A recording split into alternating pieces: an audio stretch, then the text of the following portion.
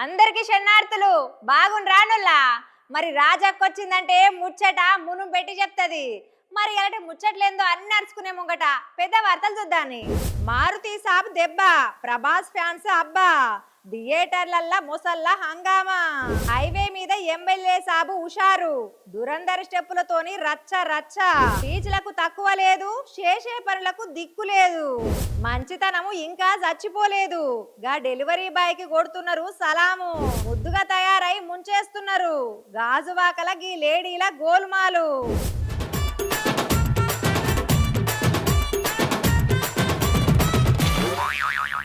హబ్బరకొండే మన rebel star screen మీద కనబడితే చాలు థియేటర్లు దద్దరిల్లిపోవాల్సిందే. మారుతి సారు డైరెక్షన్ చేసిన రాజాసాబు సినిమా ఇవాళ పొద్దుగాలనే థియేటర్లకు దిగింది. ఇక ఈ మారుతి సారు గట్టిగానే పీలాన్ చేసినట్టున్నాడు. సినిమా టాకీస్ కాడ మనోళ్ళ రచ్చ మామూలుగా లేదు. ఇక మన ప్రభాస్ అన్న ఫ్యాన్స్ మాత్రము ఎరైటిగా ఏకంగా మొసలనే తోలుకొచ్చిండ్రు. పుష్ని కథ సల్లగుండా గిదెక్కడ కథరో సినిమా టాకీస్లకు మొసలను తోలుకరావుడేంది అంటారా? హాగో మీరే చూడుర్రి. చూస్తున్నారానుల్లా, చేతిలో పట్టుకున్న మొసలను చూస్తుంటే పానం జల్లు అంటున్నదిలే. అబ్బరకొండే ఎన్ని మొసళ్ళు ఉన్నాయి చూడుండ్రి. కానీ ఇవన్నీ బొమ్మ మొసళ్ళేనంటనుల్లా.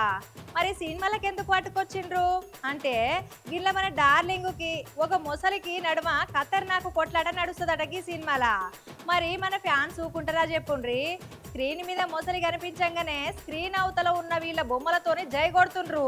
మొసలి నోట్ల చేయి పెట్టి ప్రభాస్ అన్న మాసు డైలాగులు దంచుతుంటే టాకీస్ల ఈలలు గోలలు దద్దరిల్లిపోతున్నాయి చూడుండ్రి.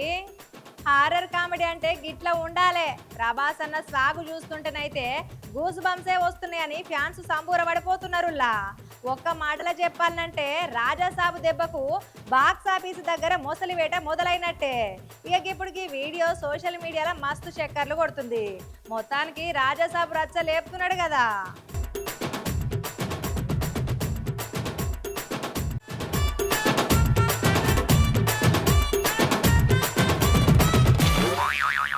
ఇక ఎమ్మెల్యేలు అంటే గాల నియోజకవర్గంలో పబ్లిక్ తిప్పలు తీర్చే పనుల పడతారు. ఇక అదుననుకుంటే రోడ్ల మీద ధర్నాలు సుత చేస్తారు. ఇక గిట్ల ఎప్పుడు ఏదో ఒక పనుల హడావిడిగా ఉంటారు.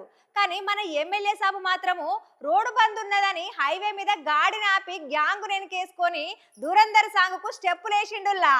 అటు శ్రీనివాస కళ్యాణానికి ఓత ఇక ఇటు హైవే మీద టాలెంట్ ఏందో చూపెట్టిండు. ఇక చూస్తున్నారానుల్లా, సారేవలో గుర్తుపట్టిండ్రా మరి? చింతలపూడి శాసనసభ్యులు సొంగ రోషన్ కుమార్ సారు. ఇక జంగారెడ్డిగూడెంలో జరగబోతున్న శ్రీనివాస కళ్యాణానికి పోతున్నారట. మరి పోత మార్గ మధ్యంలో గ్రీన్ ఫీల్డ్ హైవేలో రోడ్డు క్లోజ్ చేసి ఉన్నదట. అందు గురించే హైవే మీద రోడ్డు క్లోజ్ ఉన్నదని ఈ ఎరకగానే షాల్ మళ్ళా తిరిగి వెనకపోవాలనా అని తలకాయ పట్టుకుంటారు కొందరైతే.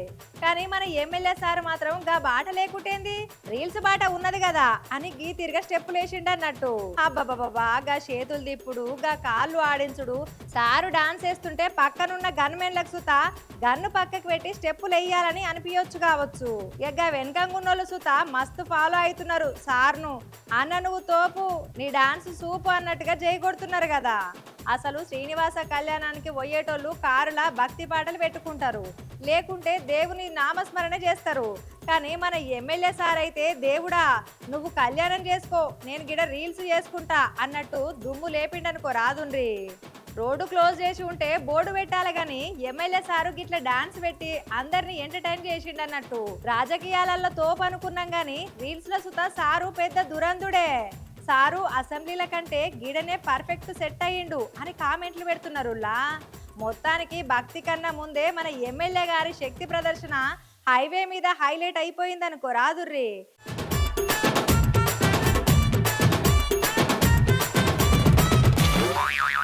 ఇక నమ్మి నాన్న వస్తే పుచ్చి బుర్రలైనవి అన్నట్టుగా గమ్మతున్నది కదా మన వ్యవస్థ.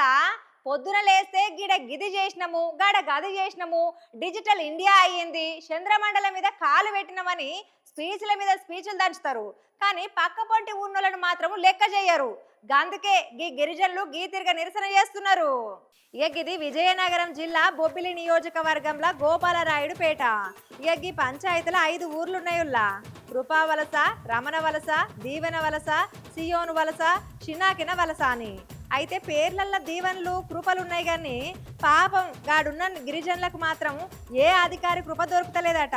ఇక అసలు ముచ్చటేందంటే వీళ్ళకు ఆధార్ కార్డులు ఉన్నాయట, ఓటర్ కార్డులు సుతా మొన్నటిదనక ఉండే, కానీ రాజకీయ లబ్ధి కోసం గా కార్డులను గోపాలరావుపేట పంచాయతీలో పెట్టిండ్రని వాళ్ళు బాధెల్ల పోసుకోబట్టిరి. ఇక కలెక్టర్ కాడ ఆర్జీలు ఇచ్చి చెప్పులు అరిగిపోయేటట్టుగా తిరుగుతున్నా గానీ ఎవరు పట్టించుకుంటలేరు.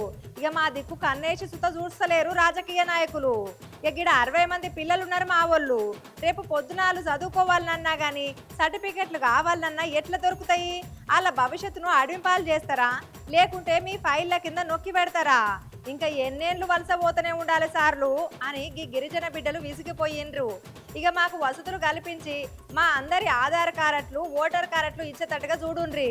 అయ్యా పవనాలు సారు, మీరన్నా మా గోస పట్టించుకోండ్రి, మా పోరగాన్ల భవిష్యత్తు మీ చేతులలోనే ఉన్నది అని తిరిగా బాధెల్ల పోసుకుంటున్నారులా. మరి చూడాలే ఈ బాధ చూసినాకనైనా పవనాలు సారు స్పందిస్తాడో లేకుంటే ఏమంటాడో.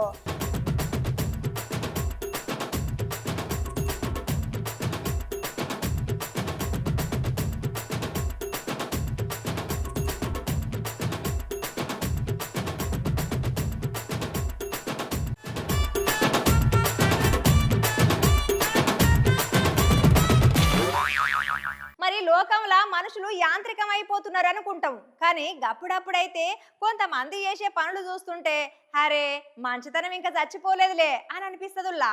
ఇక తమిళనాడులో జరిగిన గీ ముచ్చటింటే మీరు సుత వారెవా అంటారులా. గీ డెలివరీ బాయ్కి సలాం కొట్టక ఊకోరు. అసలు ఏం జరిగినదంటే ఒక ఆమె రాత్రిపూట బ్లింకిట్లా అంటే ఆన్లైన్లో ఎలుకల మందు ఆర్డర్ ఇచ్చిందట. ఇక మన డెలివరీ తమ్ముడు ఆర్డర్ పట్టుకొని ఆమె ఇంటికి పోయిండు, కానీ అక్కడ సీన్ చూస్తే జర తేడా లెక్క కొట్టిందట. ఆర్డర్ తీసుకొని పోయి డోర్ కొట్టంగానే ఏడ్చుకుంటూ ఆర్డర్ ఇచ్చిన ఆమె బయటకు వచ్చిందట. ఇక ఆర్డర్ చేసినప్పుడు వస్తువు ఎప్పుడు వస్తుంది ఏం కథ అని ఎదురు చూస్తారు చేసినోళ్ళు, కానీ ఈమె ఏడ్చుకుంటూ వచ్చే వరకల్లా జర్రత తేడానే కొట్టింది తమ్మినికి. గందు గురించే కంపెనీ ఏమంటదో, పాషలు కట్ అవుతాయో లేకుంటే నాకు కొలువు పోతుందో అని కూడా ఆలోచన చేయలేదులా. ఇక మనిషి పానమే ముఖ్యం అనుకున్నాడు. గందు గురించే ఈ ఆర్డర్ని క్యాన్సిల్ చేసిండు అన్నట్టు. ఒక ఆమె పానాన్ని నిలబెట్టినట్టే కదా నుల్ల. మరి ఇక దీన్ని ఈడియో తీసి సోషల్ మీడియాలోకి ఎక్కించిండు అన్నట్టు. ఇక ఇది బాగా వైరల్ అయ్యి నువ్వు దేవినోలుగా పోయినవు తమ్మి, యాడ్సప్ తమ్ముడు, నువ్వు తోపురా అబ్బాయి అని తారీఫ్ చేస్తున్నారు.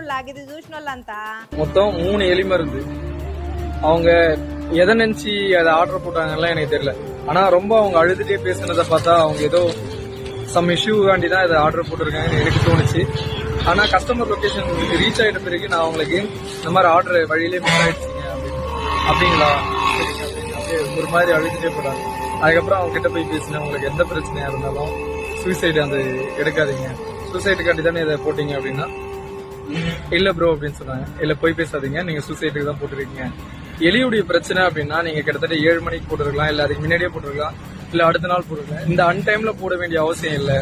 அதுக்கப்புறம் அவங்களை கன்வின்ஸ் பண்ணிட்டு இந்த ஆர்டரையும் கேன்சல் பண்ணி எடுத்துட்டு வந்தாங்க. இன்னைக்கு தாங்க ஓப்பனா சொல்றேன், இன்னைக்கு தான் நான் எதையோ சாதிச்ச மாதிரி எனக்கு தோணும்.